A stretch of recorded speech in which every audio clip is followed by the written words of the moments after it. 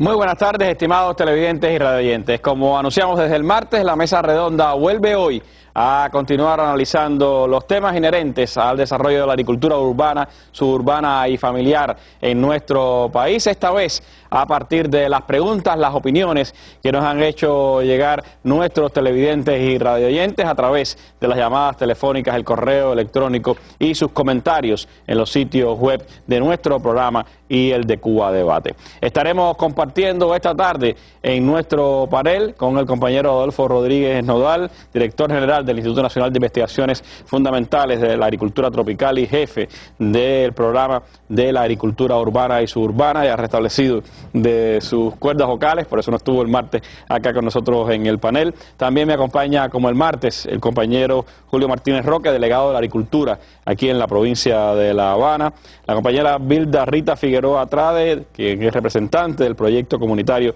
de Marianao, impulsora de todas las políticas de aprovechamiento cada vez más óptimo de los alimentos que producimos en el país. Y también me acompaña un destacado productor, Lázaro Omar Hernández, quien es el presidente de la cooperativa Antonio Maceo de Bejucal y uno de los mejores productores de frutales en todo el país. Con ellos estaremos compartiendo. En la mañana estuvimos en el foro debate de Cuba Debate con una importante participación de ustedes y también un intercambio con nuestros panelistas y otros invitados, y ahora pues están con nosotros aquí en la Mesa Redonda. Como cada jueves también me está acompañando nuestra colega Ixa Evia, vicepresidenta primera de la Unión de Periodistas de Cuba, quien ha seguido todas sus opiniones a través de la internet. Quiero dar la bienvenida en el estudio a los compañeros del Ministerio de la Agricultura, de sus centros de investigación, del Ministerio de Educación y también de la Asociación Nacional de Agricultores Pequeños, que nos están acompañando como invitados en el estudio. Los invito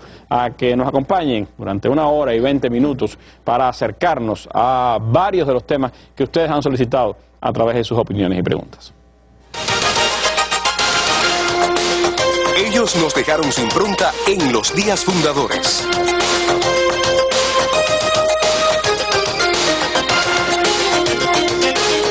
No podemos dejar de mencionar la necesidad de aceptación que tiene ese niño.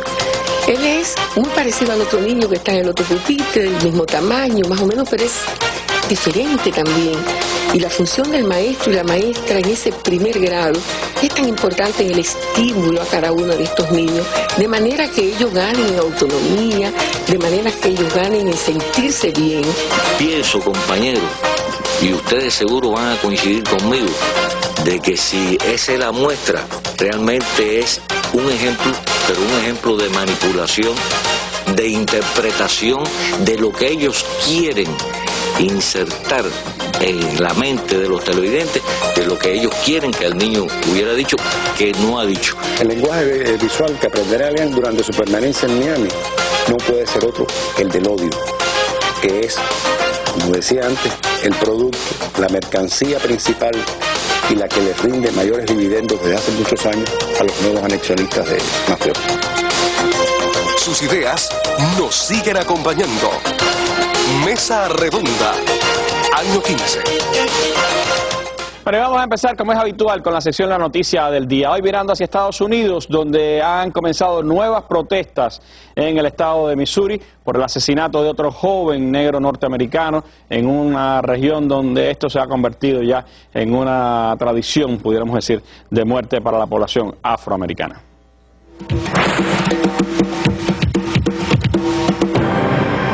Nuevo incidente racial en Estados Unidos. Un policía fuera de servicio ha matado a un joven negro de 18 años en el sur de San Luis, Missouri, lo que ha disparado de nuevo la tensión en las calles de la ciudad.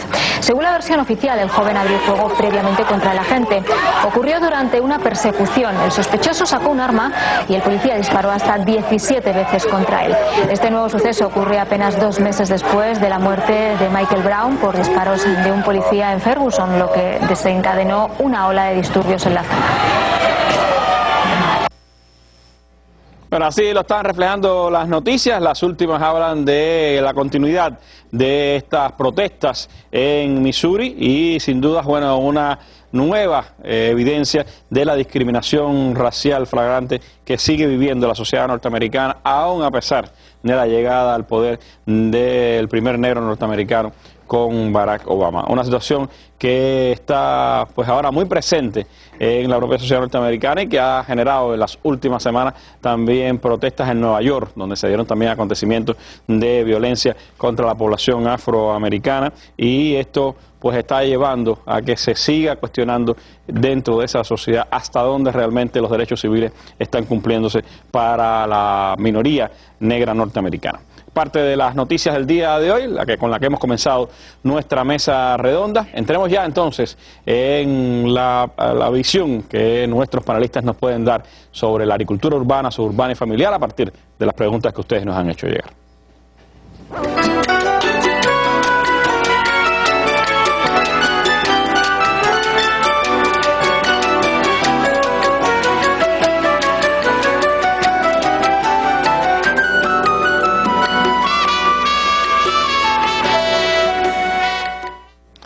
Bueno, hay varios materiales que se nos han quedado de la jornada anterior para nuestra mesa redonda. Yo les propongo iniciar con uno de ellos, que tiene que ver con el desarrollo de la agricultura urbana aquí en la capital del país, uno de los ejemplos de lo que se ha venido haciendo y de lo que aún, por supuesto, falta por hacer.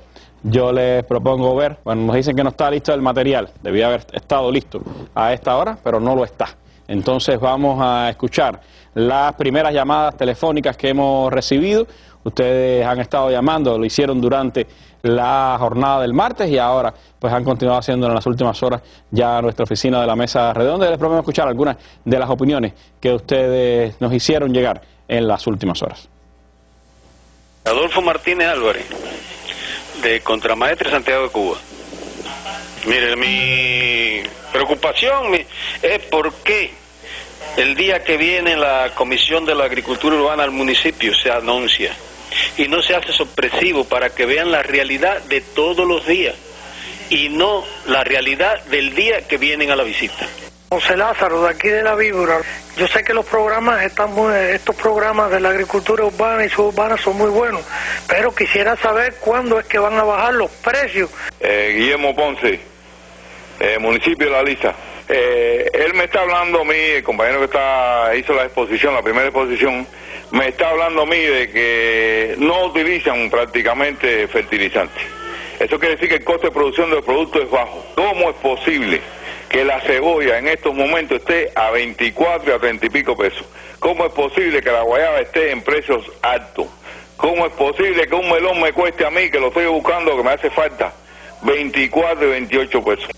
Ernesto Sotolón, municipio de Matanzas. ¿Por qué la granja urbana del municipio de Matanzas no puede tener su cuenta independiente? Que dependemos de la empresa Integral Matanzas.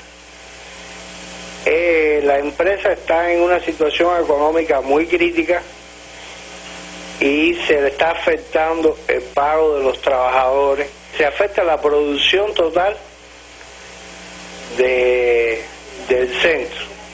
Lucía Juárez Tundidor, de la zona 1 de Alamar. Es muy bonito el problema de la agricultura urbana y suburbana. Se produce vegetales y frutas, pero el problema es que son demasiado caras. Emilia Delgado Gardiano, Guanajay. Estoy viendo el problema de las hortalizas aquí en el televisor, que aquí está muy bueno eso, pero debe ampliar las provincias también, porque mira, aquí en Guanajay no tenemos ningún tipo de hortaliza. Bueno, son algunas de las opiniones que ustedes nos hicieron llegar, temas precios, temas producción, sin duda los más repetidos en esas opiniones, pero veamos qué nos tiene Aiza Evia, que ha estado rastreando lo que ustedes escribieron en Cuba Debate y en el sitio web de la Mesa Redonda.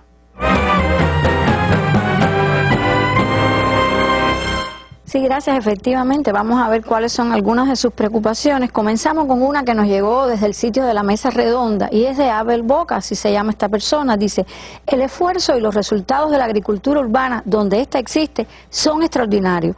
Pero ¿qué por ciento del potencial total de tierra existente calificada de urbana está siendo aprovechado? Es lo que a él le preocupa.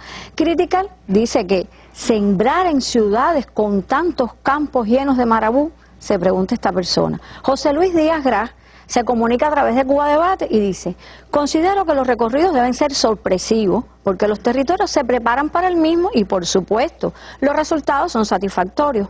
Hay que ver el resto del año cómo funcionan. En muchos casos, un desastre, el precio por las nubes y los productos perdidos. R. Lago dice: en la provincia de Granma, específicamente en la ciudad de Bayamo, se ha sentido mucho la falta de verduras como acelga, rábano, zanahoria, entre otros. Este ha sido un mal año para la adquisición de verduras en los organopónicos. Al preguntar, me dijeron que no se había garantizado la semilla. Es una pena porque en años anteriores reinaba la variedad y la estabilidad. Israel Évora se comunica también a través de Cuba Debate y nos dice: la agricultura urbana ha sido un éxito, proporcionando muchos productos a la población en ciudades cercanas y donde se aprovechan los espacios disponibles. Considero que el tema de los precios merece otro análisis, pues se han multiplicado y existen inconsistencias con sus cuantías. No es comprensible que muchos tengan precios iguales siendo productos diferentes, como la lechuga, la selga o la espinaca. Todos a 5 pesos la libra. Tan altos precios desestimulan la producción, pues con menos productos pueden obtener altos ingresos. Otra persona se comunica también con Cuba Debate y dice: todo eso está muy lindo, pero cada día suben los precios de las viandas, hortalizas y frutas. Hablan de cientos y miles de toneladas de estos productos, pero ¿por qué los precios no bajan? Y una llamada que nos llegó a la oficina de la Mesa Redonda de Pedro Juan Robles, quien nos decía: la agricultura urbana no siembra ajo, cebolla y ají, y estos productos hay que comprarlos a precios muy caros. Hasta aquí, Randy, esta primera ronda de inquietudes. Gracias, Jais.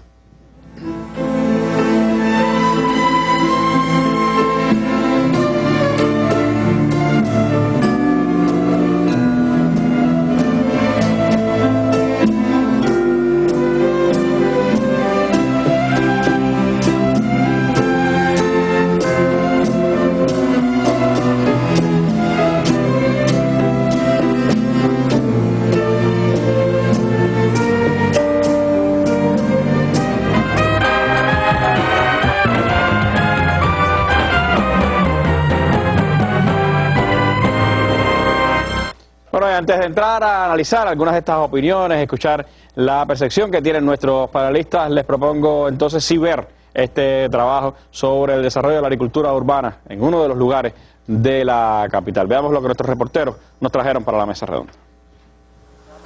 Es el organopónico de alto rendimiento del municipio Playa en la capital. Aquí producción y calidad andan de la mano, a decir de Pablo Frías, su administrador. A este centro fluye la población de 3-4 municipios de la ciudad, sobre todo los de Playa, La Lisa, Marianao, El Vedado. En diálogo con Pablo conocí sobre las bondades de la agricultura urbana y suburbana. Según cuenta, es esta una modalidad de producción que genera alimentos sanos y libres de productos químicos. Es una buena fuente de empleo también para personas jubiladas, para regular los trabajadores que trabajan en la agricultura urbana. Viven en el barrio. Una veintena de trabajadores preparan más de 8.000 metros cuadrados de tierra. Canteros de lechuga, colchina, acelga, zanahoria y espinaca garantizan vegetales a esta parte de la capital.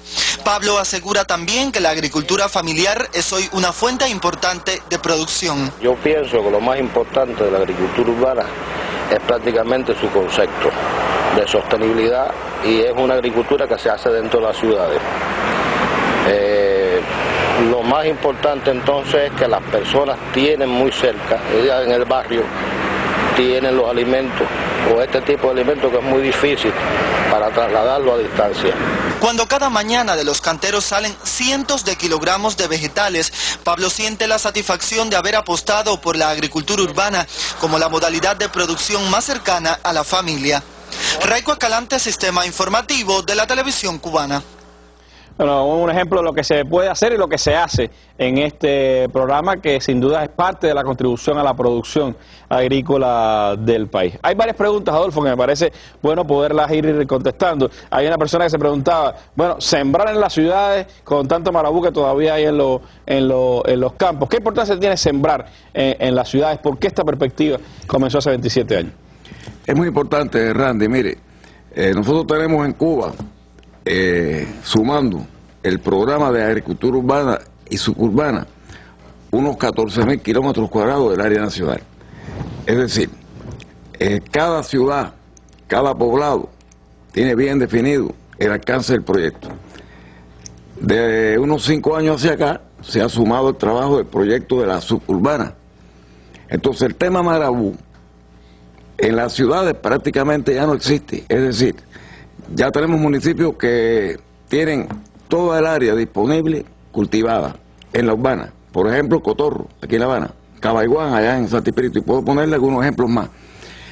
A otros le quedan pocas hectáreas por poner en explotación. Ahora, la suburbana es más amplia, pero recuerde que ahí buscamos acercar la producción de alimentos a las ciudades. 78% de la población cubana vive en ciudades y poblados. Es cierto que queda un nivel de Marabú todavía. Es una de las tareas priorizadas de cada proyecto municipal de agricultura suburbana, que está estipulado a 5 años. Comenzamos por los pilotos, comenzamos por Camagüey.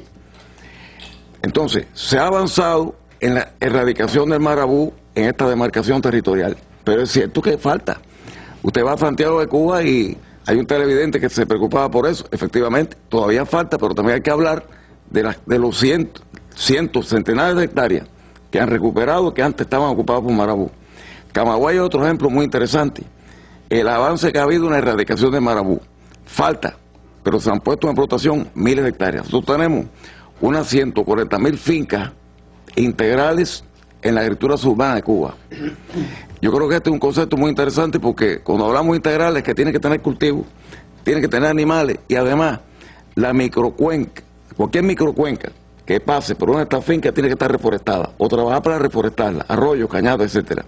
Reciclar a nivel de finca, usar el estiércol bien descompuesto como abono para los cultivos, usar los sobrantes de los cultivos como alimento para animales. Es un concepto muy interesante y que además el mundo está muy interesado en él actualmente. Tenemos graves problemas en otras partes del planeta precisamente por no ser capaces de reciclar estos elementos en la propia finca. Le puedo poner un ejemplo muy conocido que es el norte de Europa. El mar Báltico está contaminado, prácticamente ya no hay vida, ya no hay ni peces en una parte del mar Báltico. Y ahora se está trabajando en esos países para tener fincas integrales también. Y Cuba comenzó hace ya unos cuantos años. Nos queda bastante que hacer, pero creo que lo importante es que tenemos 156 municipios abocados a esta tarea, en 158 proyectos hechos por la empresa de proyectos del Ministerio de Agricultura. La razón de que no concuerdan ambas cifras es que el municipio especial Isla de la Juventud cuenta con 3 proyectos. Hablaba usted de 14.000 kilómetros cuadrados en estos 2 tipos de agricultura. Eso da respuesta un poco también a quienes preguntaban qué cantidad de tierras tiene el programa, el potencial. Ya usted ha dicho que hay municipios incluso que ya tienen toda la tierra disponible en la ciudad, pues utilizándola para este programa. Había una persona que preguntaba, por ejemplo, en vista de los altos precios que tienen muchos de los productos, ¿por qué no se produce en este programa el ajo, el ají y la cebolla? Que puede ser quizás un producto que tengan presencia en la agricultura urbana, ¿no? Creo que es una pregunta muy interesante. Mire, en la agricultura urbana no hemos priorizado, ni considero que debamos priorizar ajo y cebolla. Eso fundamentalmente debe desarrollarse en la agricultura suburbana y en la convencional. Estos son productos que hoy día no podemos cultivarlos sin químicos. Se ha trabajado para minimizar el uso de químicos, que es otro concepto. Pero nosotros no podemos dedicar organopónicos a cebolla, ni a ajo. Lo que tenemos que seguir trabajando, hay resultados de investigaciones muy interesantes que permiten usar una cantidad muy inferior de químicos. Todo el mundo conoce las bondades de las mesetas de allá de Banao para la cebolla. Otros lugares cercanos al mar, ¿no? Muy conocidos, Godines allá en Holguín, Niquero, Campechuela, etcétera. Pero no debemos cambiar la filosofía en este sentido, sino potenciar más estos cultivos en la agricultura suburbana y la convencional. En el caso de la ají, la cosa es distinta. El pimiento, propiamente dicho, se desarrolla con más fuerza en la agricultura suburbana y los ajíes en la urbana.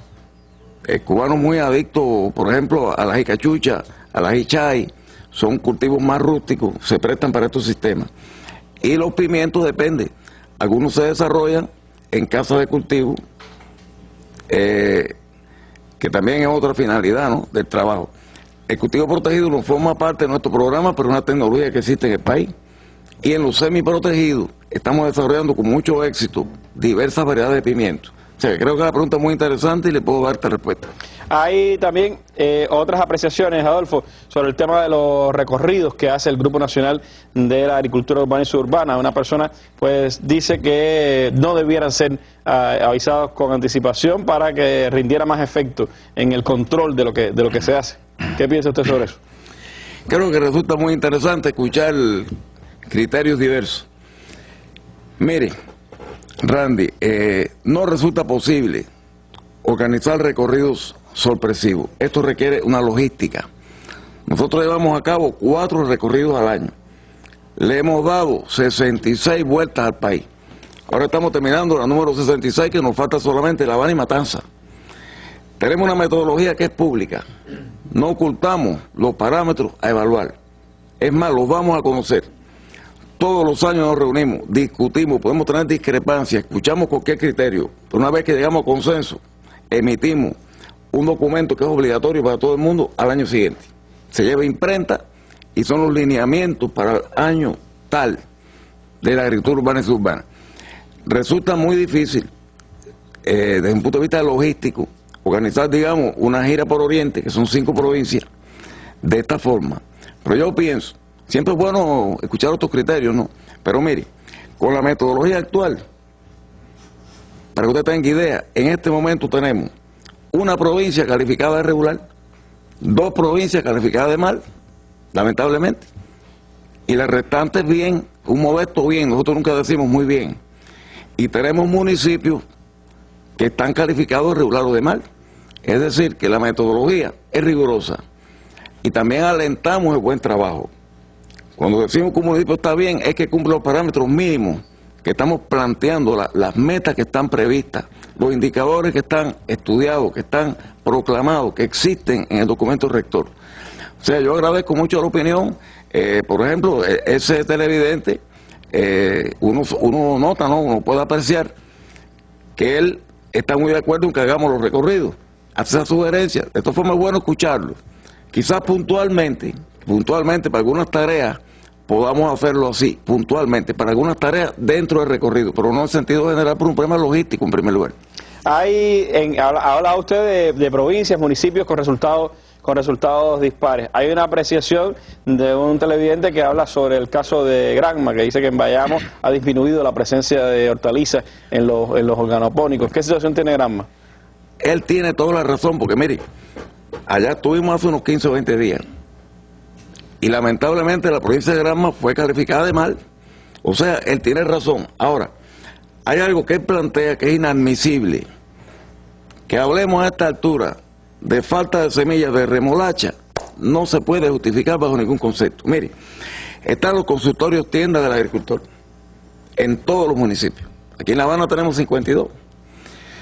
Nosotros mandamos a hacer un levantamiento, que este sí fue sorpresivo, para conocer al empezar la temporada de frío actual dónde teníamos semillas y cuánto. Y debo decirle que con ese conteo sorpresivo, ese muestreo sorpresivo, detectamos 12 municipios que no tenían semillas en los consultorios tiendas y unos 30 que apenas tenían de 2 a 4.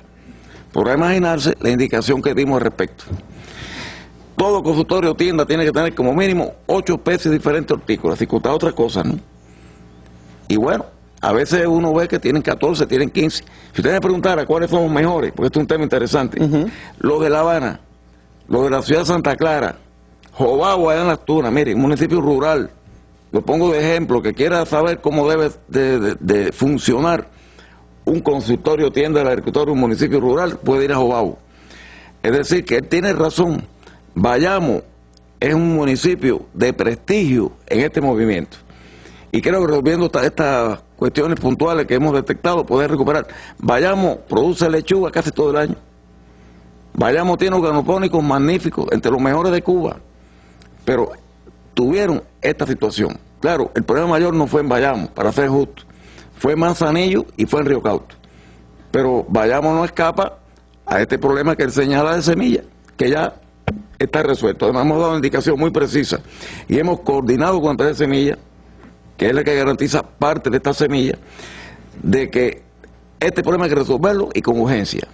Ahora, en el recorrido que vamos a comenzar, el número 67, a finales de este mes de octubre, que concluirá primeros días de diciembre, vamos a fiscalizar nuevamente este tema. En el caso del municipio de Guanajay, que hay también una pregunta, dice, bueno, en Guanajay no hay presencia de vegetales. ¿Es cierto esa apreciación? No es que no tenga vegetales, pero no son suficientes los que tiene. Entonces ellos han priorizado en esta etapa compleja el consumo social, por ejemplo. Pudimos ver con satisfacción que la demanda del centro penitenciario que tenemos allí ha estado resuelta, pero evidentemente Guanajay tiene que crecer en huertos intensivos, en parcelas, en fomentar más patios familiares también. Creo que es importante no olvidar el papel de los patios familiares. Que una familia quiera hacer 10 canteros de lechuga o rabanito, espinaca. Por eso la importancia que el pueblo vaya a la tienda, compre sin burocratismo, en efectivo, el sobre de semillas y establezca su huerto. Tenemos alrededor de 500,000 de patios vinculados en Cuba, ¿no? De los cuales unos 80,000 tienen de alguna forma hortalizas, parte de los vegetales que consumen. Eso creo que hay que seguirlo promocionando y perfeccionar la logística para que la semilla, el humo lombriz y algunos elementos básicos fundamentales tengan al alcance de la población. Ojalá cada cubano pueda, que tenga un patio, tener un pequeño huerto. Además, es beneficio para la salud también. Esa es una de las cosas, por supuesto, que también puede salir como recomendación de esta mesa redonda. Ya Vilna me estaba pues incitando a que sembrara, no tengo patio, pero una pequeña maceta para los condimentos, que creo que es bueno. Se acaba la cuenta, te cuesta más casi el condimento que los frijoles que tienes que cocinar. Hablábamos de Guanajay, hablábamos de Granma, hay una pregunta también de Matanzas. Una unidad productora de Matanzas del programa que dice que no tiene capacidad de movimientos financieros, que depende de la empresa de la provincia y que esa empresa pues está en una situación bastante precaria. ¿Qué se ha pensado sobre eso? Mire, esa pregunta es muy oportuna y me permite aprovechar el programa para comentar algo que creo que es de suma importancia en este momento. Mire, detectamos recientemente que este problema lamentablemente existe en varios municipios. Nos ocurrió en Caibarien. Ahora se plantea en Matanza. Toda UEB granja urbana debe contar con una subcuenta bancaria propia, su cuenta a cuenta, según el caso. Precisamente para evitar esto que plantean en Matanza. Porque a veces la empresa tiene una situación financiera muy compleja. El banco congela los fondos. En este congelamiento, aunque la UEB urbana sea rentable, también cae en ese congelamiento. Hemos luchado muy duro en los últimos 10 o 12 años. Es más, recibimos una crítica hace como 13 años de que una buena parte de las granjas urbanas no eran rentables y se ha dado una respuesta contundente. Mire, le puedo decir que se pueden contar con los dedos de una mano las granjas urbanas que no son rentables hoy. Por lo tanto, tenemos moral para que exista esa subcuenta. Tiene razón. Revisaremos, casualmente estoy en Matanza martes y miércoles. Es la última provincia que toca en el recorrido número 66 actual. Revisaremos el tema. Pero estamos dando una indicación a todas las provincias que hay que acabar de resolver la subcuenta bancaria en cada granja urbana. Y algo que o esta persona nos dijo a lo mejor, completar los representantes de este movimiento en el Consejo Popular, que son indispensables. No uno para cada consejo, sino producto de un análisis. Si hay 2 consejos pequeños, por ejemplo en Matanza, en Versalles, puede ser muy citadino. A lo mejor un compañero atiende 2 y 3 consejos. O podemos tener uno complejo, con fincas de la suburbana, con centro de consumo social que requiera un compañero nada más para atenderlo. No podemos tener un solo consejo popular sin atención. Es más, estamos llegando más lejos todavía. Una circunscripción directa que a veces existe, también debe tener la atención de algún compañero. Esa es también la vinculación que hay que tener para poder resolver los problemas. Como usted decía, no puede quedar encadenada una granja urbana a los avatares de una dirección de la agricultura en un municipio, en una provincia, porque si no, traba esta posibilidad de desarrollo. Una última pregunta en esta ronda, Adolfito. Cienfuegos, hay una opinión que habla sobre el uso del agua y los problemas que han presentado con el uso de agua en algunos organopónicos y la propia situación que tiene la ciudad con el uso del agua, si eso no influye también en los resultados. ¿Qué se puede hacer en ese sentido? Cómo no, mire, Este problema que se plantea Cienfuegos no es privativo de la ciudad de Cienfuegos. Este problema es cierta posible competencia entre agua para la población y agua para los organopónicos. Existen varias grandes ciudades. En el Grupo Nacional tenemos una opinión sobre esto muy clara, con la cual se puede estar o no de acuerdo. Es la nuestra. Mire, aquí mismo en La Habana, Boyeros y Camagüey, por poco no lo cierran una oportunidad, por temor a que si el agua estábamos usando se afectaba a la población del cerro. Se pudo constatar que dando solución a los salideros que están alrededor de esa unidad, ese ahorro permitía que el organopónico funcionara. Porque mire, además, tenemos sistemas de riego ahorradores. Microyé generalmente, en organopónico. Algunos tienen goteros, otros más pequeños riegan con regadera, o sea, es un riego eficiente de poco gasto de agua. Esta problemática de Cienfuegos la trasladaremos al Grupo Provincial de Agricultura Urbana y Suburbana de allá de esa ciudad para que sea valorada de inmediato. Yo estoy seguro que solución encuentran y yo creo que no se puede cerrar ningún organopónico. Aprovecho este marco para decir que nadie está autorizado en Cuba para eliminar un organopónico. En todo caso, con una buena argumentación, solicitar un traslado del lugar, como hicimos aquí en San Agustín, en La Habana. Que por cierto, un televidente también se preocupaba, porque también pasa una cosa a veces, Randy, nos apuran para que desarmemos los organopónicos, que van a construir no sé qué cosa, y se pasan 2 años para comenzar, y se llena de hierba el lugar. Lo que se podía estar produciendo, pues se pierde esa posibilidad. Mire, 146 y 25, que ahí salió Pablito Frías hablando. Quiero que sepa que ahí se iba a hacer una gran industria hace como 10 o 12 años. Llevamos 14 años produciendo vegetales ahí, y no nos han molestado. Bueno, a lo mejor un día hay alguna obra de importancia social o algo y habrá que analizarlo. Pero siempre se puede buscar solución, trasladarlo del lugar, pero no eliminarlo. Ese es, sin duda, una de las grandes desarrollos que se ha venido logrando. Ya hay organopónicos establecidos y lo bueno es que sobre todo produzcan, como ese ejemplo del que vimos de Paulito. Gracias, Adolfo.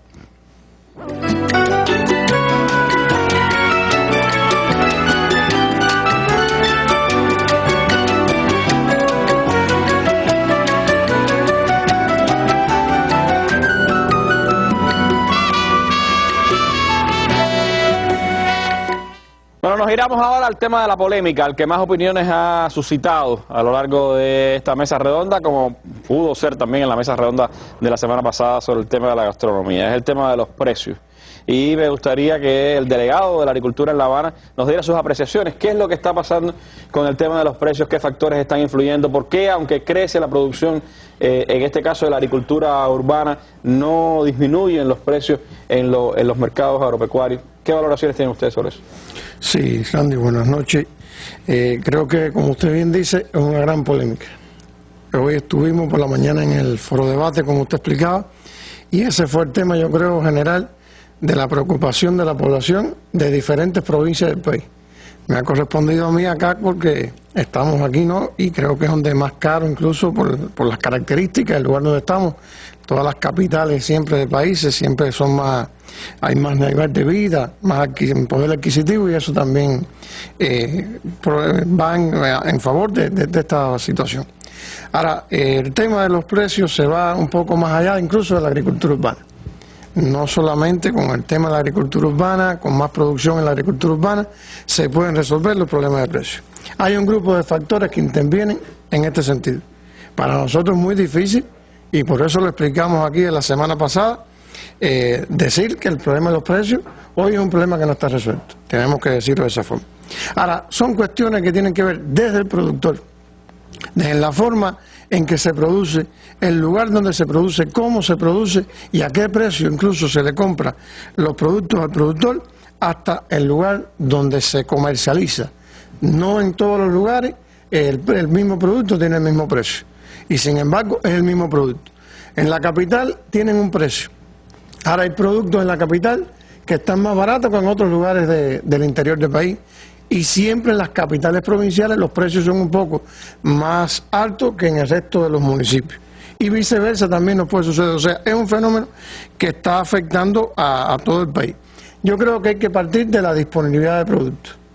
como usted bien dice, aumentan las producciones, pero aumentan también un grupo de programas que viene desarrollando el país con el Ministerio de Agricultura, con el tema de la sustitución de importaciones, las ventas al turismo, un grupo de cuestiones también, que aunque se incrementa la producción, también tienen diferentes destinos, y lo que también hacemos es un poco que ahorrar lo que tenemos que consumir en el extranjero. Sí, por ejemplo, yo escuchaba hoy con los compañeros de agricultura que, por ejemplo, crece la producción de frijoles nuestra en el país, pero esa producción no es que se incremente a lo que ya está en el mercado, sino que esa producción va a sustituir las importaciones que estamos haciendo de frijoles. Es para que el país pueda destinar recursos a otras inversiones que hoy se tienen que destinar a los alimentos. Es decir, no va más frijoles al mercado, sino que va más frijoles de producción nacional. Lo que está pasando. Es así, va más frijol de producción nacional, y por consiguiente también tiene que ir un poco más al mercado porque hay mayor producción, pero no todavía el que se necesita en este sentido. Y la otra cuestión que también nosotros consideramos que está influyendo también es que hoy no tenemos una cultura de lo que establece un margen comercial, y los márgenes comerciales están muy excesivos. Tenemos muchos ejemplos que por mencionar, ¿no? Y hoy los que estamos vendiendo en este sentido, los que están detrás de la tarima, como decimos nosotros, que esa es la cara de la agricultura, tienen que buscar ganancias, pero la ganancia no puede ser subiendo precios. La ganancia tiene que ser con mayores volúmenes de venta.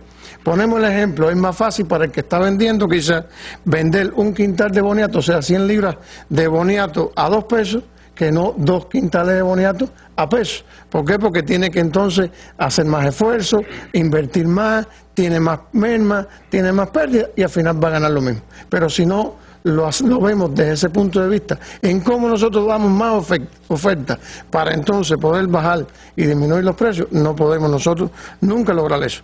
Yo creo que donde está lo que realmente nos corresponde es en el papel que le corresponde al Estado. Es lo que nosotros podemos influir, el papel que le corresponde al Estado y a las cooperativas, con su personalidad jurídica y con su protagonismo, como tienen que hacer. Primero, que el Estado y las cooperativas tienen que dirigir las producciones en función de las necesidades del lugar o las necesidades del momento, ¿no?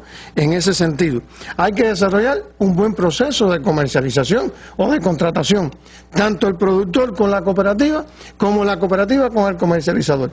Dígase una entidad estatal o dígase una entidad cooperativa también, como ya tenemos aprobadas las cooperativas no agropecuarias. Hay que hacer un buen proceso de contratación, pero no solamente para los precios y demás, sino para ampliar ese proceso de contratación.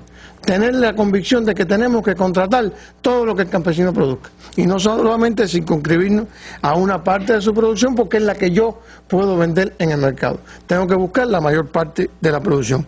¿Y qué nos corresponde como tal? Primero, influir en los campesinos.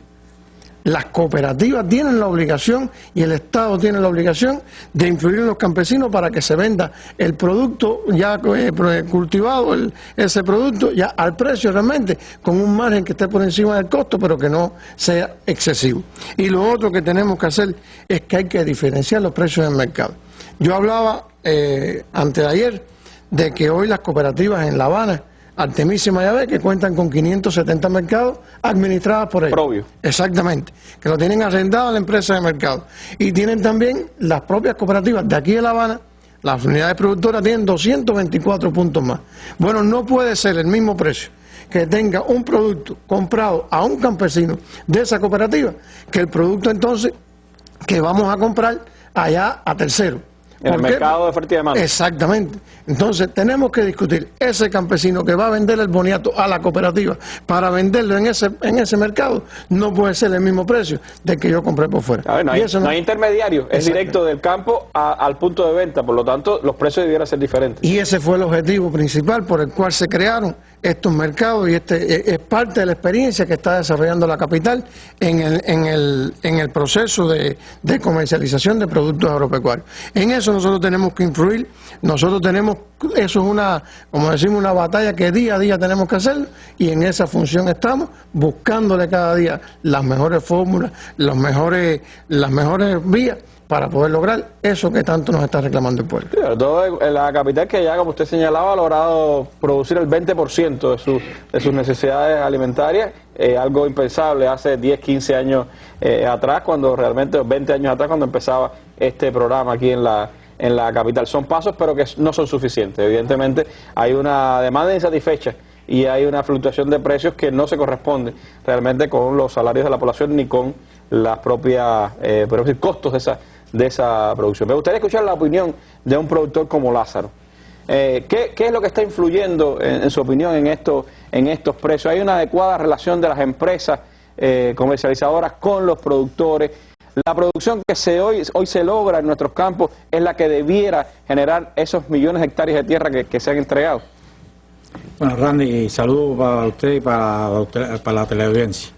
Mire, antes de entrar en el tema ese, yo quisiera explicar el tema de la finca integral de frutales y el aprovechamiento de la tierra para poder entrar después en el tema precio, que es el otro. Te tenía las frutas en otro momento, pero si quieres hablar ahora de eso no hay problema. Hablar del tema ese. Mire, hoy un acuerdo de hace 2 años en el tercer encuentro de frutales es crear fincas integrales de frutales de 67 hectáreas en todas las provincias del país.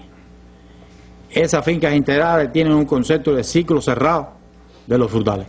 Si nosotros analizamos hoy lo que pasa en el campo, de la falta de rotación de la tierra que hay, hoy quien siembra una finca de frutales, siembra un cultivo fundamental, siembra un cultivo secundario, siembra un cultivo a corto plazo, hace una rotación de 2 cultivos de ciclo corto, es decir, de frijoles, de col, de tomate dentro de la tierra, tiene vivero dentro de esa misma finca. Está propuesto también hacer una mini industria dentro de cada finca esta de 67 hectáreas que debe de aprovechar las frutas que hoy tienen pico. Yo pienso que la mini industria en Cuba no es sustituir la gran industria. Pienso que la gran industria que muele 20 o más toneladas tiene que existir y hay que reforzar la gran industria porque los grandes picos productivos de los frutales hay que resolverlo. Cuba no produce mango el año entero. Es decir, hay que moler el mango cuando hay que molerlo y las cooperativas tienen que hacer también con sus pequeñas mini industrias de moler esas pequeñas producciones cuando la gran industria no puede arrancar.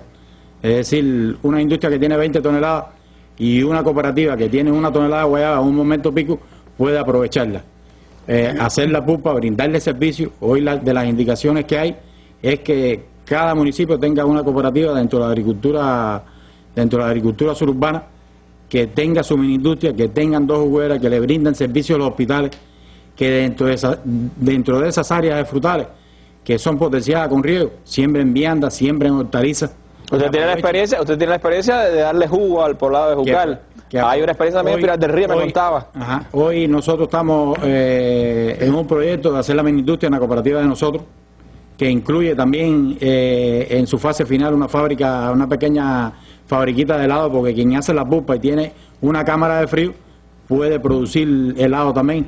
Hoy lo que tenemos en Cuba es helado de vainilla, de mantecado, de almendra importada. Sin embargo tenemos mamey, tenemos guanábana, tenemos mango, tenemos guayaba, que eso lo podemos hacer y brindárselo al pueblo.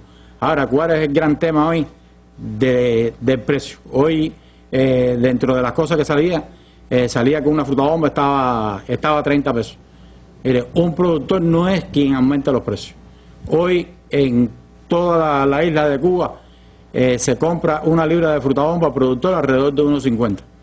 Si una fruta bomba Marador, que la inventaron los padres de Adolfo, que está alrededor de 3, 4, 5 libras, si pesa 4 libras la multiplicamos por 1,5 son 6 pesos. Y si en margen comercial se lo aumentamos al doble, serían 12 pesos, pero no son 25, 30 pesos. Es decir, no es que estemos en contra del intermediario ni el mercado de oferta y demanda, porque yo soy de los que defienden el mercado de oferta y demanda, porque es el motor impulsor de la diversificación en Cuba. Es decir, no es solamente para comercializar plátanos, hay cosas como la guanábana, el anón y todas esas cosas que tienen que ir a ese tipo de mercado. Porque no va a tener gran escala de producción, pero sí es imprescindible. Y lo único que incentiva la siembra de esas cosas que no hay es precisamente la oferta y demanda, conjuntamente los carretilleros y todo eso. Ahora, pienso que el papel del Estado debe de contratarse más y debe de contratarse mejor. Hoy las formas productivas no están contratando lo que se contrataba antes. ¿Tu experiencia cuál es en tu finca? Nosotros lo contratamos todo y lo contratamos todo, no, producimos de todo, intercalamos de todo. Sin embargo, la cooperativa de nosotros este año contrató solamente el 3,7% de la producción. ¿La empresa le pidió a ustedes solo el 3,7% de la producción? El 3,7% de la producción, porque nosotros producimos más de 1.000 toneladas de aguacate, producimos guayaba, producimos tomate y otras cosas que no son contratadas porque hoy no existe el mecanismo. La antigua, hay que ver lo que Pero ustedes no lo dejan echar a perder en el campo. No, lo comercializamos con todas las formas de comercialización que hay. Hay que ver que en estos años anteriores existían reportajes de que se echaba a perder las cosas. Hoy no se echan a perder las cosas, ni hay reportajes, porque sencillamente esas grandes producciones no hay. Pero lo que falta es contratación. Yo pienso que el papel del Estado de protegerse como Estado y de proteger a la población y de proteger el bolsillo de la población, porque hoy los grandes problemas es que la mayoría de los cubanos no tenemos acceso ni tenemos un salario ni 1.000 pesos. El salario medio en Cuba es alrededor de 400 pesos. Y nosotros tenemos que pensar en topar precios. Toparle precio, pienso que en el Congreso de la NAE, el 10º Congreso, en el Acuerdo 35, se pidió topar precios. Topar precios no de todas las cosas, topar los precios de 4 frutas fundamentales, 4 viandas fundamentales, 4 hortalizas, para que el pueblo le pueda llegar. Y que no, el que quiera venderla en oferta y demanda, como quiera venderlo, que lo venda, pero que el Estado contrate. Al contratar, estamos rotando la tierra más de una vez. Poníamos el ejemplo, si el Estado hoy tiene, el Ministerio de Agricultura tiene 3 millones de hectáreas y lo rota una sola vez, simplemente tiene 3 millones de hectáreas en cultivo, pero si lo rota 2 veces, tiene 6 millones de hectáreas en cultivo. Es decir, que la preocupación y la exigencia que nosotros tenemos que tener como productores, como unidades productivas, como lo que hablaba el compañero delegado de La Habana, de tirar directo de las unidades productivas hacia la capital a todos estos puntos arrendados que hay, porque quien le puede poner precios, como lo hacemos nosotros en Bejucal, es la misma cooperativa. Nosotros nunca hemos vendido en Bejucal una frutabomba más de 2.50. Nosotros vendemos un plátano a lo mismo que lo compra el Estado y le ponemos un 30% más en comercial. En la cooperativa mía del punto de venta no se le pone un margen comercial ni de 200 ni 300%. ¿Y sus trabajadores ganan bien y su cooperativa está bien financieramente? Estamos bien financieramente, todo el mundo hoy hay que decir que la cooperativa de nosotros tiene 6 propietarios y tiene 40 tenedores de tierra, pero hay 34 que son usufructuarios y hoy están, como lo que explicamos antier, bajo crédito bancario con todas las medidas del Banco de Crédito y Comercio que le ha dado a los campesinos, que darle crédito para riego, darle crédito todo eso, con facilidades de crédito en 5 o 10 años. Y eso hace que en el futuro, yo pienso que dentro de las cosas también que un compañero de Pinar del Río se quejaba de los frutales. Mire, el año pasado dimos conferencias por todo el país y en Camagüey me recuerdo que se dio una reunión y un productor que no fue invitado fue. Y lo regañaron porque no fue. No, yo pienso que el que quiera sembrar frutales en este país hay que aplaudirlo, porque sembrar frutales es sembrar futuro. El que siembra un árbol frutal siembra futuro, y el que tiene futuro, yo estoy seguro que en el futuro puede cosechar victoria. Y si nosotros de verdad queremos la sostenibilidad esa de que habla Raúl y de lo que siempre se ha hablado, de que Cuba tenga una verdadera soberanía alimentaria, tenemos que rotar la tierra, tenemos que sembrar de todo, tenemos que buscar esas áreas que se decían que tienen Marabú, hay que entregárselas a la gente y hay que hacerle todos los proyectos que sean necesarios. Dentro de lo que hablaba ahorita de la industria, bueno, el Ministerio de Economía debe seguir aprobando financiamiento para esto y buscar financiamiento en el extranjero, con la inversión extranjera, para que esto se pueda acelerar un poco más en el país. Usted hablaba de esas dos perspectivas que me parecen importantes desde el ámbito del productor. Es decir, por un lado, el tema de cómo seguir rotando la tierra para que produzca más. Y ustedes tienen la experiencia no solo de rotarla, sino de aprovecharla mejor, porque hacen en un mismo espacio de tierra varios cultivos. Claro. Es decir, esa experiencia también es importante. Hoy la recuperación económica de un área de frutal, si nosotros la medimos contra un frutal que se sembraba antes, que duraba 7 o 8 años recuperarla, si sembramos 3 cultivos, estamos ahorrando sistemas de riego, estamos ahorrando fertilizantes, estamos ahorrando corrientes al país, estamos ahorrando maquinaria. Cuando las calles... Recuérdame un ejemplo de lo que están produciendo, por ejemplo, en un pedazo de tierra de las de ustedes. Donde tienes aguacate, ¿qué otras cosas tienes? Tenemos aguacate. Al centro de la calle hay guayaba. Entre la guayaba y el aguacate hay frutabomba. Después, cuando se quita la frutabomba, se rota con frijoles, se rota con tomate. Hay que decir que hoy la inversión de los frutales, que una hectárea cuesta alrededor de 14.000 pesos, si nosotros rotamos 2 veces con frijoles, que es ahorro de importación, pagamos esa inversión. Y si esperamos el 5º año, cuando ya las plantaciones de aguacate están cerradas y sembramos café, estamos ahorrando importaciones también y estamos utilizando más la tierra. Otra de las cosas que yo pienso que limita hoy la rotación de los cultivos en la tierra, hasta ahora, hasta ayer, la política de insumos del país era demasiado subsidiada. Estoy muy de acuerdo con eso, que hay que buscar que no sea tan subsidiada. Pero hoy la política de insumo que hay dentro de vender los insumos a los campesinos no es atractiva para el campesino.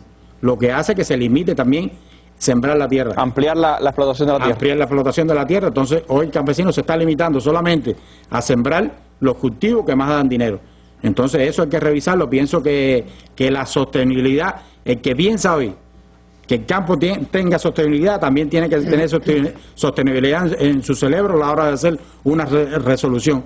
Es decir, hay que buscar con los campesinos, hay que buscar con las unidades productivas criterios para uniformar criterios para que la agricultura funcione bien, porque lo fundamental que hoy tiene el país es que se aprovecha al máximo la tierra y lograr que en el futuro este país tenga una verdadera sostenibilidad, que es lo que quiere la dirección del país. Esta experiencia de los frutales, usted nos contaba que el general de ejército Raúl Castro ha estado en su propia cooperativa y ha hablado de la importancia esa de la visión integral de la finca, es decir, no solo que se produzca fruta, sino ustedes también han ampliado, se han diversificado hacia la producción animal, hacia otras fuentes. Hoy, como le decía, hoy el concepto dentro de esta agricultura suburbana, es decir, de rodial, hoy todas las cooperativas las 156 que pertenecen a la agricultura suburbana están en el perímetro de los 4 kilómetros.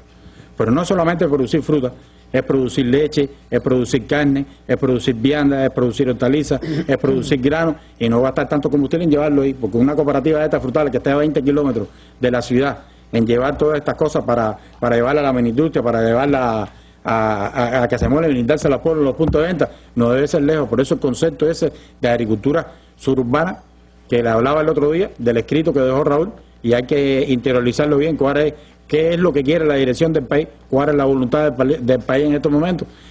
Como decía en ese escrito, que el día que logremos desplegar en todo el país la agricultura suburbana, los problemas fundamentales de los alimentos y los frutales en Cuba estarán resueltos. Pero todo eso lleva incluido todos estos cultivos intercalados, que lo que hace también es que el hombre se estabilice en todo el año produciendo. Es decir, cuando nosotros sembramos un solo cultivo, hoy sembramos boniato, atendemos boniato, dura 3 o 4 meses, y después los trabajadores se van para la casa. Si tenemos varios tipos de cultivos, el hombre está directamente vinculado el año entero cosechando, y de esa manera gana más. Hoy un salario entre los trabajadores de nosotros de 780, pero hay trabajadores que ganan 4.000 pesos al mes vinculados. Pero trabajan todos los días. Pero es trabajando todo el año. Claro, y están ahí todo el tiempo en el campo. Y además, lo que usted decía, la necesidad de que la empresa contrate más a los productores. La empresa hoy hay que contratar más. Este año que pasó, solamente en Artemisa y Mayabeque se contrató el 30% de la producción. Yo pienso que la única manera de incentivar que se produzca más y que el campesino se sienta seguro con uno de los logros de que ha tenido la revolución comparado con el mundo entero, cuando usted va a otro país, lo valoramos nosotros los campesinos, que el Estado los protege porque nos compra todo, atiende la tierra, nos da los insumos necesarios que en otros lugares del mundo no existen. Y esas victorias de 50 años nosotros las tenemos que seguir manteniendo. Lo que hay que analizar y tener en cuenta todos los criterios del campo, según los lineamientos del partido, por supuesto, de todas las cosas que hay, pero hay que enfocarlo en producir más, que la única manera que nosotros tenemos de abastecer. Es lo que decía usted ahorita, es verdad que estamos reduciendo importaciones de arroz, de frijoles, pero tenemos que llegar a completar toda la reducción de importaciones, pero es que tenemos que producir más frijoles para que el pueblo coma más y puedan bajar los precios. La única manera de bajar los precios en este país es producir más y que las unidades productivas tiren directo a los mercados y que le pongan el precio en su asamblea general, que tiene la facultad para eso. Gracias, Lazarito, por todas estas apreciaciones.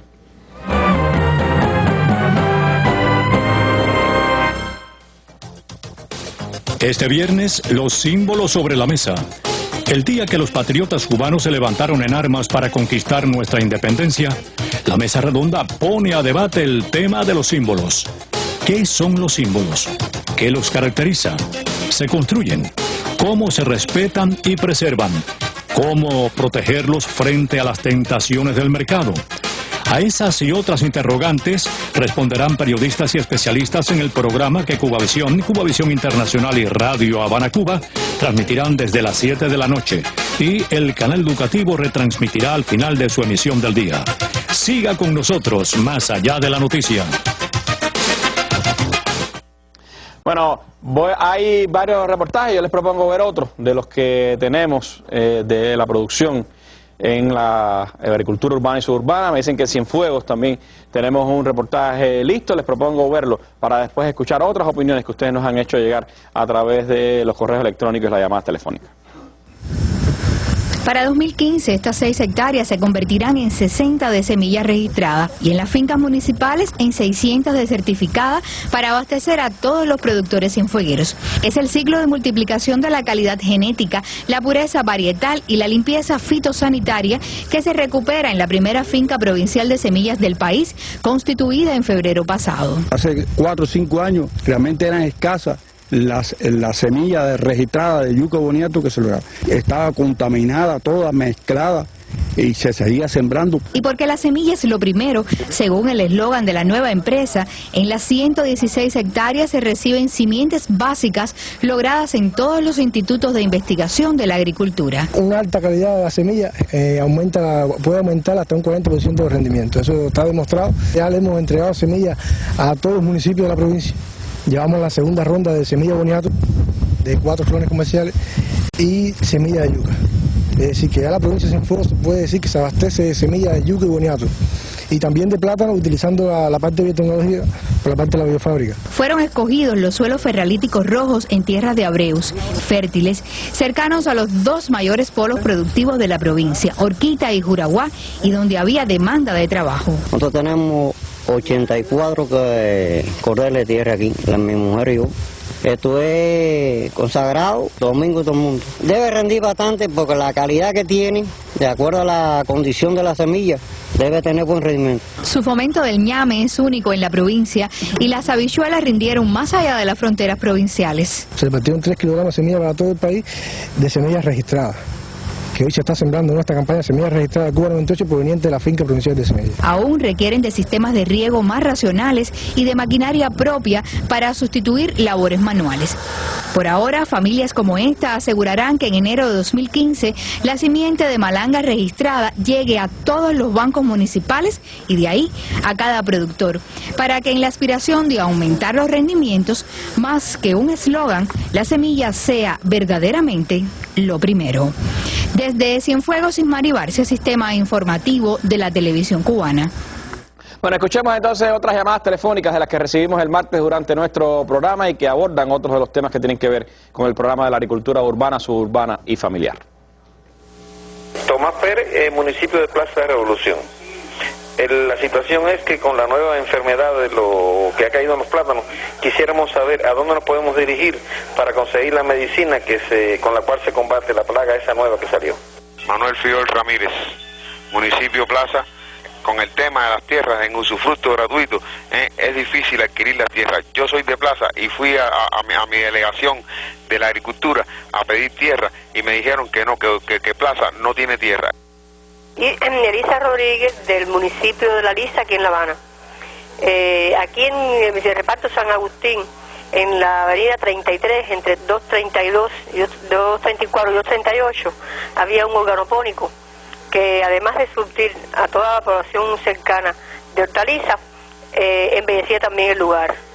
Plantearon que iban a hacer ahí un reparto o edificaciones y mandaron a quitar el organopónico. Después que se quitó el organopónico, no se hizo las construcciones y está eso hecho un hierbazal que afea el entorno, pero además es también criadero de vectores. Ustedes vieron algún problema de dedo mal metido y no pudieron escuchar, no pudieron ver bien las imágenes de lo que estábamos transmitiendo. Pero vamos para donde está Aixa Evia, escucharon al menos las llamadas telefónicas, vamos a donde está Aixa Evia y ahí se nos tiene también comentarios de los que hemos recibido a través de la web.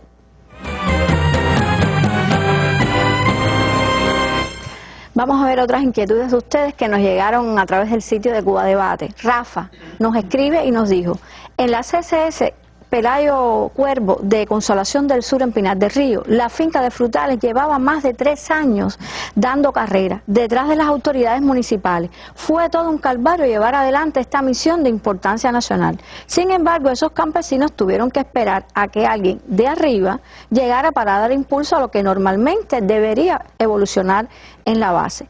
Mario Alberto nos dice: el proyecto de la agricultura urbana es muy beneficioso para la salud de las personas, para la economía del país y para el medio ambiente, ya que no utilizan productos químicos. Los organopónicos están cerca de los consumidores finales y otras muchas razones. Sin embargo, aprecio que la presencia que tienen las tecnologías para el aprovechamiento de las fuentes renovables de energía es muy escasa. Eduardo dice: siempre me ha llamado la atención que en algunos organopónicos se vendan cosas que no tienen nada que ver con el lugar y que tampoco se producen en los mismos. Tal es el caso de aguacates, mameyes, plátanos y otros productos. Suni se comunica y nos dice: los organopónicos son pocos en La Habana, así que no resuelven el problema del abastecimiento. Además, están separados por grandes distancias y los precios en los agros siguen subiendo. Santiago dice: es muy buena la idea de la agricultura urbana y suburbana, porque es la forma de llevar el producto más fresco al consumidor y sobre todo las verduras, pero el peso de la agricultura en este país tiene que llevarlo la empresa estatal socialista. Y sigue diciendo Santiago: es quien tiene la posibilidad de producir en grandes cantidades a bajo costo y por ende bajar el precio en los agromercados o placitas. La solución no está en las tierras ociosas que se le entrega en usufructo a los particulares. Y un correo para finalizar que nos llega de Roberto del Campo Abad, quien dice: opino que estas mesas redondas tienen que tener una duración de 1h30 para no truncar como se hizo cuando intervenía la compañera que muchos conocemos por el programa Con Sabor, con consejos muy útiles a los que siempre nos acostumbró. No sabemos además por qué este programa desapareció. Y además Roberto dice: si pudieran decirnos las direcciones de los organopónicos, que muchos no conocemos. Hasta aquí, Randy, las inquietudes de ustedes. Gracias, Aixa, por esta nueva intervención aquí en nuestra mesa redonda.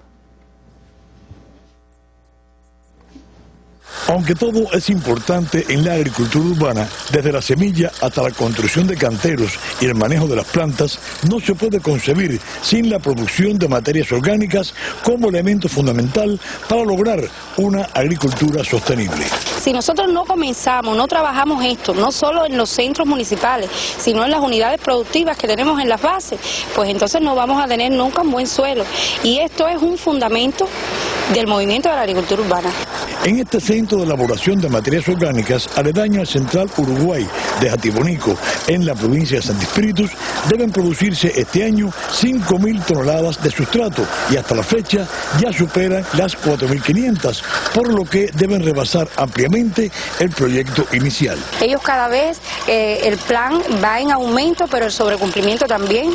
Tienen un buen resultado económicamente a los trabajadores y se sienten muy contentos. Y es una cosa así que está en constante movimiento, como tú lo estás viendo en estos momentos.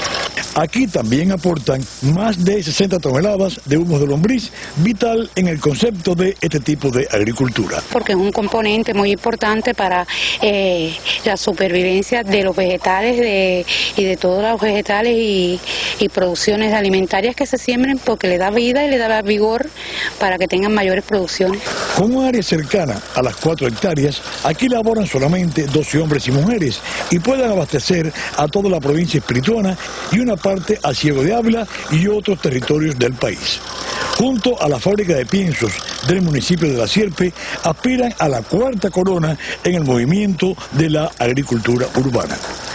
El organopónico El Estadio de la cabecera provincial espirituana es un fiel ejemplo de la práctica consecuente de la agricultura urbana. Durante todo el año mantienen una amplia gama de productos, incluso fuera de estación, como la lechuga. Ayuda mucho el semiprotegido a la producción de la lechuga, pues, fundamentalmente, y los hortalizas que son de hoja. Independientemente que fuera del semiprotegido, también la obtengo casi durante todo el año entero, en mayor o menor escala, ya que con los años uno va cogiendo maestría en lo que es las hortalizas. Con este tipo de agricultura no solo se logra un mejoramiento en la despensa, sino que es también vital para mejorar la calidad del medio ambiente en un planeta tan maltratado como el nuestro. Desde Santi Espíritus, Rafael Daniel, Sistema Informativo de la Televisión Cubana.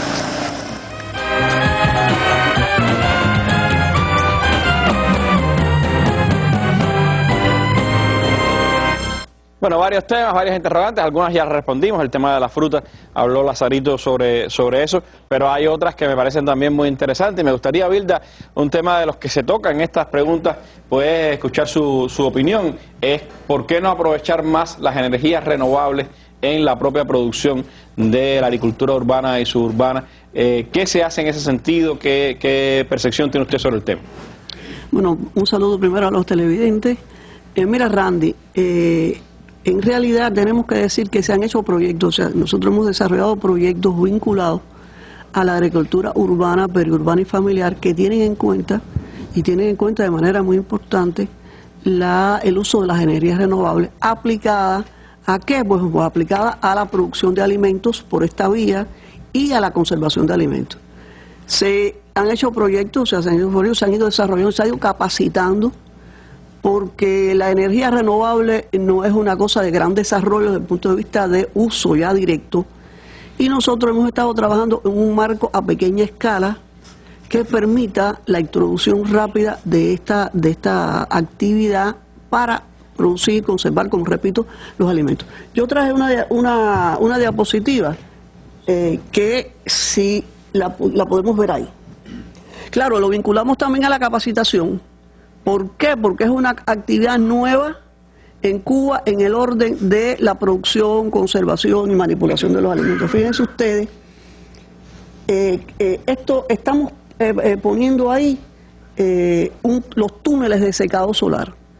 Es decir, los túneles de secado solar que se han estado introduciendo en todo el país, pero fundamentalmente se introdujeron en un principio en un proyecto que se hizo en la provincia de Pinar del Río y de Holguín, en relación con desastres naturales al paso de los ciclones, donde las pérdidas post cosecha fueron muy altas.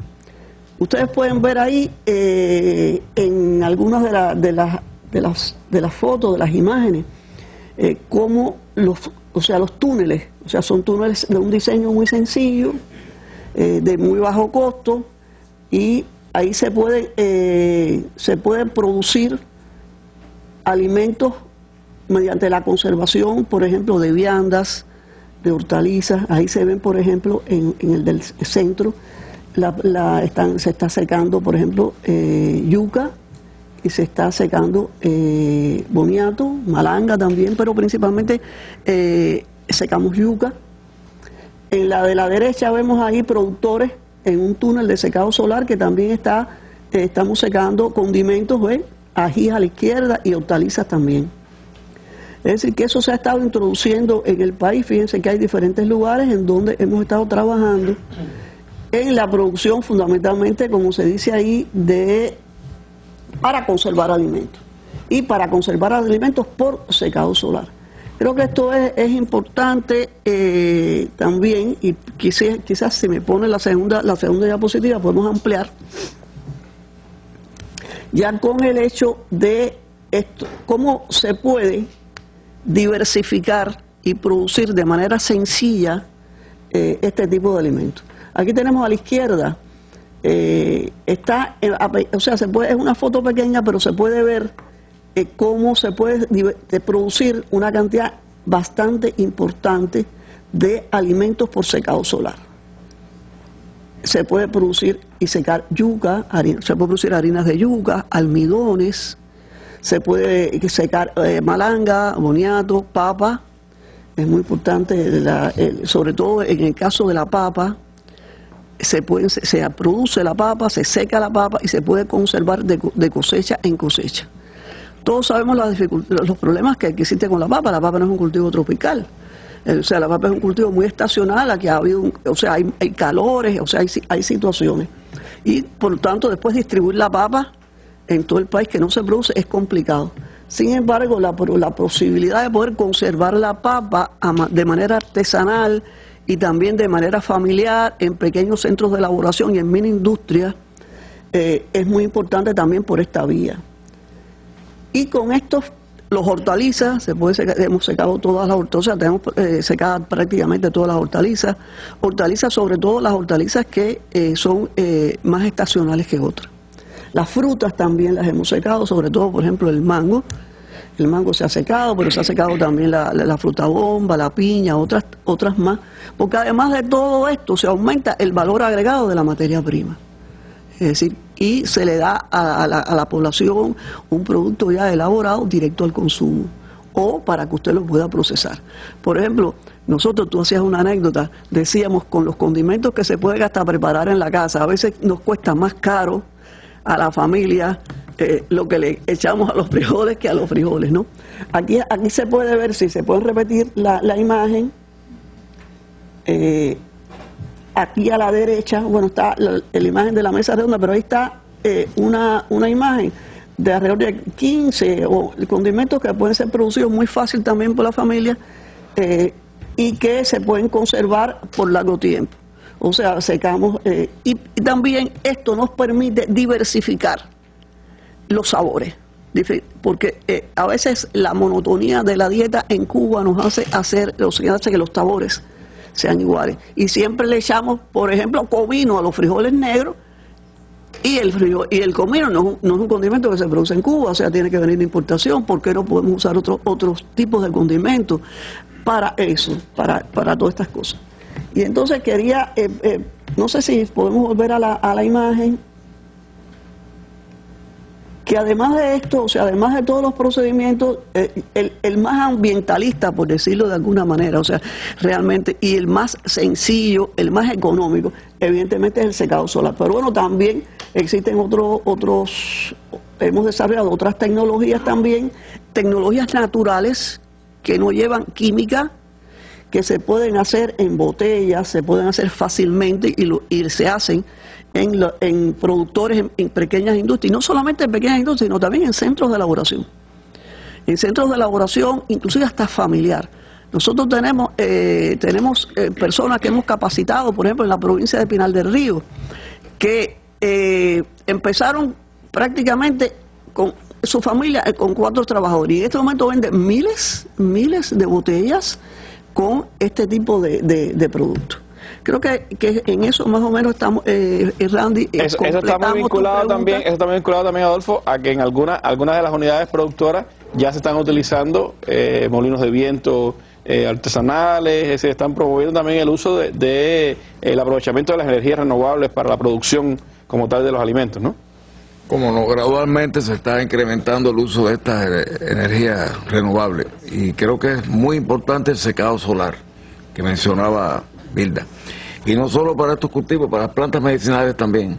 En nuestro programa hemos estado priorizando en su programa de plantas medicinales la producción de materia prima que sustituye importaciones, o sea, para cubrir la demanda del Ministerio de Salud Pública. Porque, por ejemplo, hay cosas muy interesantes. La manzanilla es un cultivo de clima mediterráneo, no es exactamente tropical. La caléndula pasa por el estilo. ¿Qué hemos hecho? Hemos estado creando fincas en mesetas montañosas.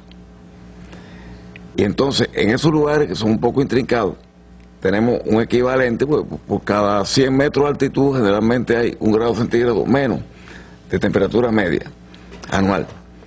Entonces, hemos logrado con mucho éxito en Cumanayagua, por ejemplo, en Manicaragua, acá en las montañas de la Sierra de los Órganos, Sierra de Rosario, magnífica producción. Entonces, el secado lo estamos haciendo con energía solar, con un sistema semi-artesanal, en línea con lo que estaba explicando la doctora Vilda.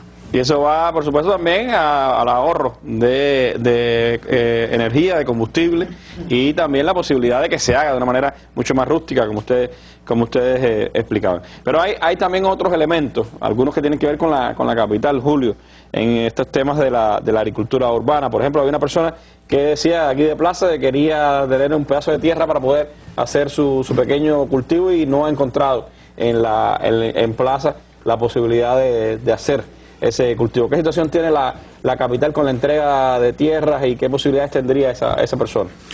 Ciertamente es así, no dudo, no tengo ninguna duda de que eso haya sucedido. Realmente la tierra en la capital es muy perseguida por la población, porque por todos estos problemas que estamos diciendo, tener un pedacito de tierra donde cultivar una planta de plátano nada más, yo creo que ahorra también a una familia y le resuelve un gran problema. Hay que decir que en La Habana hoy no contamos con un fondo disponible de tierras ociosas, no existe, lo que no quiere decir que no se haya entregado tierra. Lo que sucede es que las tierras que hoy existen en la capital son pequeñas parcelas que hoy están ocupadas por diferentes personas. Y cuando realmente se extingue o se rescinde un usufructo o una propiedad por disímiles causas, ya sea por una infracción que se cometió, por un fallecimiento, por un abandono, por litigio y demás, entonces esa área que se le extingue ese usufructo se pone entonces en el fondo de tierras ociosas y se entrega. No obstante, con esas limitaciones que plantea ese televidente, aquí en La Habana, desde el año 2008 que comenzó el proceso de entrega de tierra en usufructo, o sea, primero con el decreto ley 259 y después con el 300, se han entregado a más de 4.000 personas tierra. Y estamos hablando ya de alrededor de 8.000 hectáreas de tierra, o sea, más o menos 4.110 personas se me han entregado 8.186 exactamente hectáreas de tierra. Y eso es la propia tierra. Quizás puedan ver un área de tierra vacía aquí en La Habana. Remontamos para los municipios de la periferia, quizás en Guanabacoa, en Habana del Este, pero son áreas de tierra que están en el programa de desarrollo de la ganadería que tenemos que recuperar.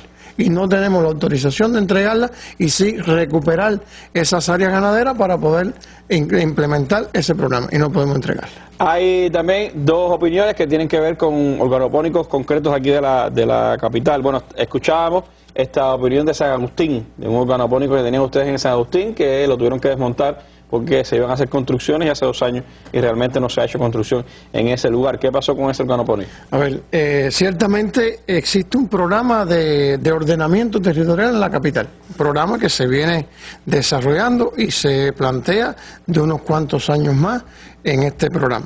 Y este programa concibe todas las áreas que están concebidas aquí dentro del área urbana. En la capital todo se considera como urbano. Y cuando se crearon los organopónicos en La Habana, había alrededor de 17, 18 organopónicos que pudiéramos decir que se construyeron de manera provisional. Como decía el compañero Adolfo, no provisional para hacerle y después quitarlo, sino porque tenían que responder a lo que yo explicaba el otro día, que eran lugares que estaban abandonados, lugares que eran lugares yermos y demás, y se construyeron para aprovechar en esa etapa de tiempo la producción de esos organopónicos. Bueno, ese es uno de los casos. El caso de San Agustín, está un proyecto de construcción de edificios en esa zona. Se han construido edificios, lo que pasa es que no ha llegado al límite de las tierras que abarcaba esos organopónicos. No obstante, estamos cumpliendo la indicación que da el compañero, el doctor Adolfo. Lo quitamos de allí. Pero ese organopónico se reubicó alrededor de 500 metros de ese lugar, a la parte de atrás, como decimos nosotros, del organopónico de la Girardilla. Hoy es un organopónico mayor, con las mismas guarderas, con la misma materia orgánica, el mismo sustrato y con los mismos sistemas de riego, y en el propio municipio de La Lisa. Pero eso no ha sucedido en otros lugares también. Es decir, que no desapareció, sino que se trasladó. Exactamente. Aquí en Paseo y 33, con el programa de ordenamiento de la Plaza de la Revolución, tuvimos que levantar también un organopónico que había ahí. ¿Y dónde lo estamos ubicando? En Boyero. Allá en Fontanal estamos ubicando ese organopónico. Tenemos ahora el programa de desarrollo de Mariel. Bueno, nos afecta un área de organopónico que está en un polo productivo allá en Marianao por el antiguo Manuel Martínez Prieto, la empresa. Ese también lo estamos levantando ahora, pero estamos buscando la guardera, los sistemas de riego y lo vamos a ubicar en diferentes lugares en la capital. No importa el modelo de gestión, puede ser en un VB, puede ser un campesino, puede ser un VPC, pero no disminuimos el área de producción de organopónico en esta capital. Hablando de Fontanar, hay una percepción ahí sobre un organopónico en Fontanar, ¿no? Si no me equivoco. ¿Qué pasa con ese organopónico? Bueno, ese es uno de los 5 gigantes que yo hablé antes de ayer, que eran hidropónicos y se reconvirtieron en organopónicos y en semiprotegidos. Ese organopónico tiene 8 hectáreas de tierra.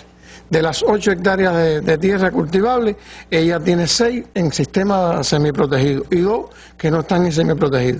Es un econopónico que quizás, como bien dijimos, estaban abandonados, tenían hasta marabú dentro y se vinieron recuperando y hace un tiempo para acá que ya se viene produciendo. Bueno, para dicha de los habaneros, en esos econopónicos se produjo fuera de época, en los meses de julio, de agosto y septiembre, 35 toneladas de col. 35 toneladas de col que se obtiene en esta época únicamente en las áreas montañosas y se produjo aquí en La Habana y con extrema calidad. Y la muestra está que de esas 35 toneladas, 24 toneladas fueron para el turismo, para el mismo programa que hablábamos ahorita.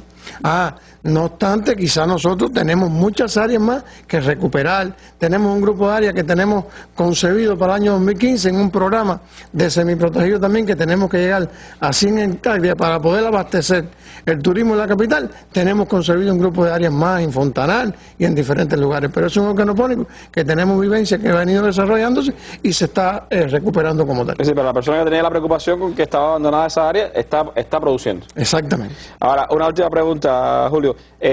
Para ayudar a esta persona que hablaba de que tiene problemas con el plátano, al parecer siembra plátanos en su casa y está enfrentando un tema con un virus del plátano. Él pedía ayuda, ¿qué es recomendarle? ¿Hacia dónde se debe dirigir para recibir esa ayuda? Si recordamos, yo expliqué que hay 46 consultorios, tiendas agropecuarios aquí de la agricultura, aquí en la provincia, que surgieron en el año 91 para atender los horticultores que tenían patios y parcelas que abastecían con sus producciones agrícolas a diferentes escuelas, a diferentes ciclos infantiles. Bueno, eso se fue desarrollando. Y hoy tenemos en esos centros de municipios o centros con consultorios, tiendas, tenemos técnicos, tenemos ingenieros que van a la comunidad, capacitan, enseñan, orientan. Bueno, yo creo que hay que buscar a esa persona porque realmente no sabemos la dirección, tiene que dirigirse o a la delegación municipal de la agricultura o allí a la propia consultorio tienda del agricultor y estamos convencidos consultorio de plaza, exactamente, en plaza que tenemos alrededor de 3 o 4 consultorios y pueden ir allí y ahí le van a dar la indicación precisa, además de la orientación, el producto que necesita quizás lo puede adquirir allí y también la asistencia técnica en este sentido. Gracias, Julio. Bueno, me quedan apenas 2 minutos y quería que nos quedara en el aire una opinión que escuchamos Vilda. Por cierto, que probamos hoy el gofio de harina de yuca de Vilda, excelente, y también una manetela que hizo y que es una muestra de lo que se puede aprovechar, cómo se puede aprovechar todas estas producciones. Hablaban del programa Con Sabor, que se había desaparecido de las pantallas. ¿Es realmente así? ¿Qué ha pasado? No es realmente así, ¿no? El programa Con Sabor ha seguido, creo que está en buenas manos, una persona muy capacitada. Lo que pasa es que, mira, Randy, todo el mundo nos pregunta en la calle de por qué nosotros dejamos el programa. No pasó nada, no. Hubo personas hasta que pensaban que nos habíamos ido del país, que estábamos otra cosa. No ha pasado nada. Hay demasiadas tareas que no son solo la televisión, ¿no? Nosotros decidimos mira, la televisión nos ocupaba más del 50% de nuestro tiempo. No es tan fácil hacer un programa así y nosotros tratábamos siempre de llevar un programa, una cosa novedosa, integrando diferentes procedimientos de conservación. Pero realmente no era compatible ya con el trabajo que veníamos haciendo nosotros en la capacitación, en la preparación, y buscar nuevas fórmulas. Y sobre todo en nuestro proyecto comunitario, porque tenemos un proyecto comunitario, como tú has dicho, en sede en Marianao. Yo quisiera, si me lo permiten, creo que queda poco tiempo, nosotros hemos publicado, tenemos una editorial, o sea, nosotros decidimos desde el principio, se nos aprobó por el Ministerio de Agricultura una editorial, y desde el principio nosotros hemos tenido una editorial. Quiero poner una cosa muy rápida, miren, el impacto de la información, y quiero resaltar eso porque yo creo que la población cubana, uno de sus fortalezas es precisamente su nivel de escolaridad. Y si le pongo una herramienta en la mano de un libro, que hemos escrito 25 libros, y le ponemos el impacto por ejemplo, que son materiales impresos, miren, hemos distribuido 30 diferentes afiches como estos.